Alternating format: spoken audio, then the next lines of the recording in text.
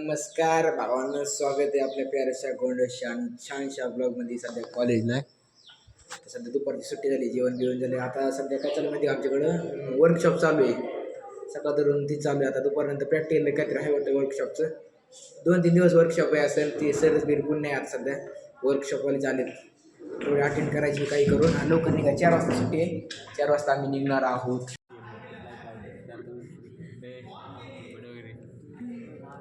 आता just college सुटले आणि इथे बॅटरीचं पाणी न्यायला आलं आणि 3 मीटर डाऊन झाले. आणि आपला निकेत भाऊ नाही का त्यांचं आहे, त्यामुळे किती बॅटरीचं पाणी घेतलं. आता जस्ट निघणार, आता घरी निघणार आहे. पॉवर बँक घ्यायचे, आणायला घ्यायचे तालमीवाने, तिथं घेऊन निघायचं. लई वेळ लागणार आता आपल्याला घरी जायच्यात कॉलेज सुटलेले.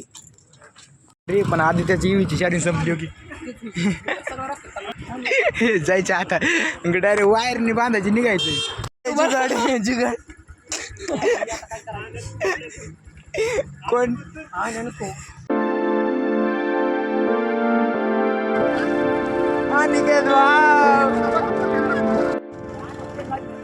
आणि ब्रेक दाबू नको, ब्रेक दाबीच जाऊन ती वायर सोडून घेतलाय. 14% चार्जिंग आहे. यात तेवढ्यात जाईन ती गावापर्यंत जाईन. मग काय माहिती 14 का 15% राहिली ती ओलाल होते चार्जिंग त्या गाडीत. त्यामुळे आपल्या बबूला बांधून आणली होती, पण वायरने आणली होती बांधून.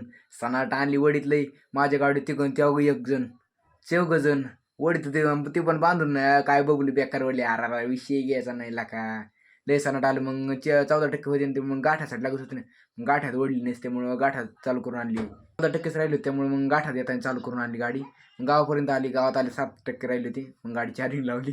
मग आलोच वस्ती आलोच लगेच. लय अवघड झालं गाडीची चार्जिंग. गाडीच लय अवघड असते बेकारच. कुठं संपत्ती कुठं सांगता येतच नाही. नाश्ती चार्जिंगचे टेन्शन नव्हतं, म्हणजे होतं पण तिथं मोटरसायकल चार्जिंगला नाही सुविधा, त्यामुळे काय लय अवघड विषय झाला. आष्टीपासून आणलेली आता निवडीत लयच बॅक. मी सध्या मॅनेजमेंट विषयाचं क्वेश्चन लिहित होतो, जे असाइनमेंट लेसन होती सरनी ती लिहित होतो. लय कंटाळा आलता, म्हणजे झोपित होतो. म्हणलं आज द्या उद्या बी लिहायचं, त्यामुळे लिहायला बसलो होतं. लिहिलं ते मी फक्त फर्स्ट टाइम म्हणलं 2 पानं लिहायचे आणि 2 पानं लिहिले. एक तर मला आता झोप येणार नाही, काहीच नाही. डोळ्याला अंधाऱ्या गेला म्हणजे सगळं झोपच गेली. डायरेक्ट उडली. डबल लिहायला बसलो आणि डायरेक्ट किती पान लिहिलेत मी 9 पानं लिहून काढलेत. माझ्या लिहायची झाली डायरेक्ट 9 पानं, म्हणजे जोक नाही. मजाच लिहायची झाली. आता आज झोप गेली. सकाळ झाला. आता व्हिडिओ एडिट करायचा आहे. आता एडिट केल्यानंतर मग अपलोड तर सकाळीच करीत असतो मी. थंबनेल काय तर क्रिएट करायचे. थंबनेल क्रिएट करायला सकाळी वेळ सापडत नाही. सकाळी एक मेन गोष्ट म्हणजे इथं नेटवर्क नसतं. नेटवर्क 5G मोबाईल माझा जास्त सपोर्ट, म्हणजे 5G मोबाईल माझा आहे, पण जास्त ते स्पीड नाही तरी. त्यामुळं जाताना मी कॉलेज जात असतो 9च्या दरम्यान निघतो कॉलेजला.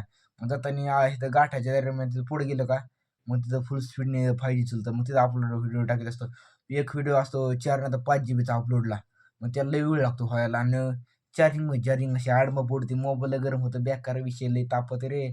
मोबाईल आहे आपला 14,000चा मोबाईल आहे आणि क्वालिटी थोडी चांगली, त्यामुळे काही चेंज नाही करायचा. सध्या नाही चेंज करायचा. तरी पण एडिटला त्याला लई ताप होत. असं गरम मोबाईल होतं. हिट जसं काय तापीला जसं काय. त्यामुळे मग जर गाठा जाताना अपलोड करला तर 5 GBचा सोपा नाही व्हिडिओ अपलोड करायचा. मग तरी पण आणि दुसरी गोष्ट, एकदा अभ्यास करू वाटत नाही. एकदा करायला लागलं का मग कवर मागं हटत नाही. आपण काय मग 15-20 मिनटं असा अभ्यास करू वाटलं ना, मग 1-2 तास डायरेक्ट अभ्यास उठत नाही. एक तर लिहायचं नाही, एक तर वाचायचं.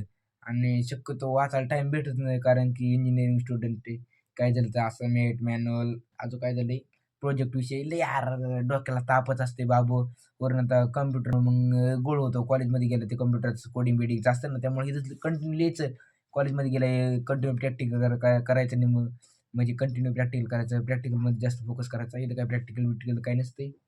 इथं नुसतं कंटिन्यू लिहायचं. असाइनमेंट लिहायचे, ह्यांच्या जो क्वेश्चन पेपर लिहायचे. लय असते आडमोबच असते. एवढं लिहायला मजा असते, पण प्रॅक्टिकल करायला असेल मजाच नाही. प्रॅक्टिकलमध्ये एवढी मजा असते आडमोब लय नाद आहे आपल्या कोडिंगचा. कोडिंग म्हणजे लयच बेकार नाद लागलेली. आधी करू वाटत नव्हत्या गोष्टी, पण आता डोक्यात बसले कोडिंगच पाहिजे आज.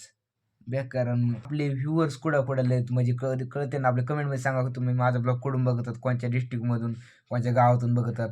कमेंटमध्ये नक्की सांगा. आणि आपल्या व्हिडिओ लाईक शेअर सबस्क्राईब करा. प्रेम द्या भावांनो.